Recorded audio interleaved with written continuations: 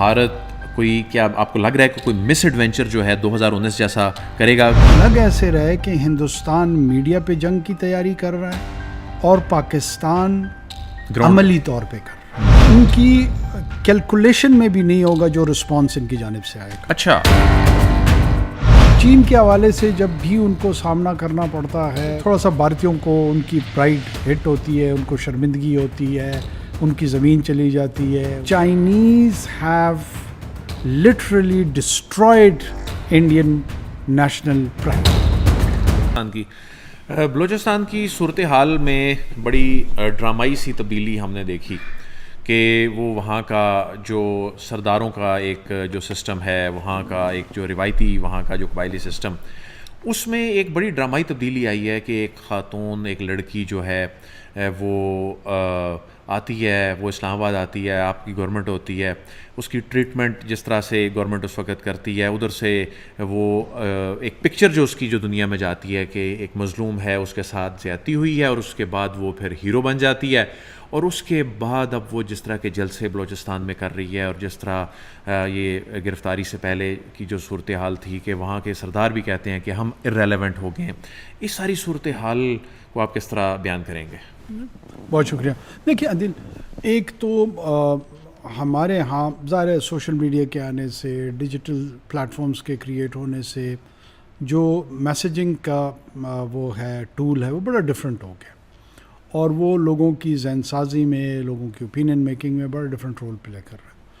آپ 2005 آنورڈ جب electronic media Pakistan میں آیا تو ٹی وی کی ایک اپنی سینکٹیٹی تھی, پرائیویٹ ٹی وی نے جو ہے نا اس کو ریپلیس کیا, اور اس ریپلیسمنٹ میں اس نے ایک انفلوئنس کریٹ کیا.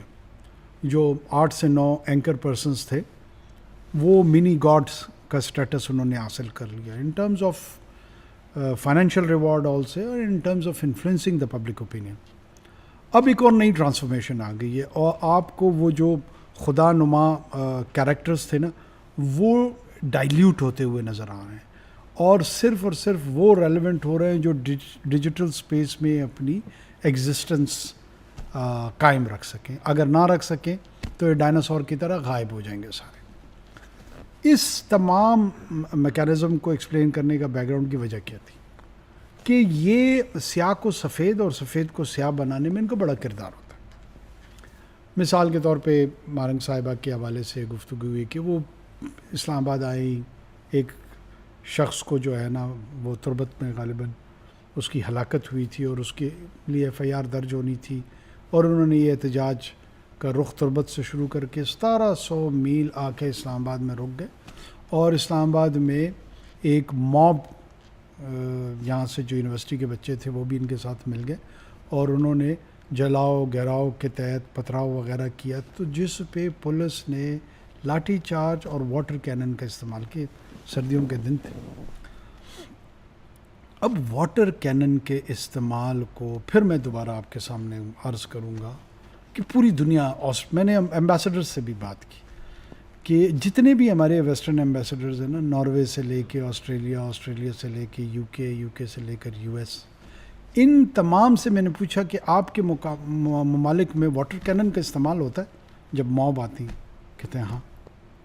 تو میں جب واٹر کینن کا استعمال کر رہا ہوں تو میں یزید کی اولاد بن گیا ہوں, باقی پوری دنیا ٹھیک ہے.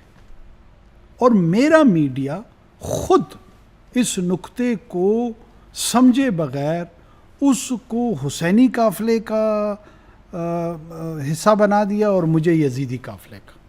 اب میں اس ٹریٹمنٹ کا کیا کروں؟ آپ مجھے بتائیں.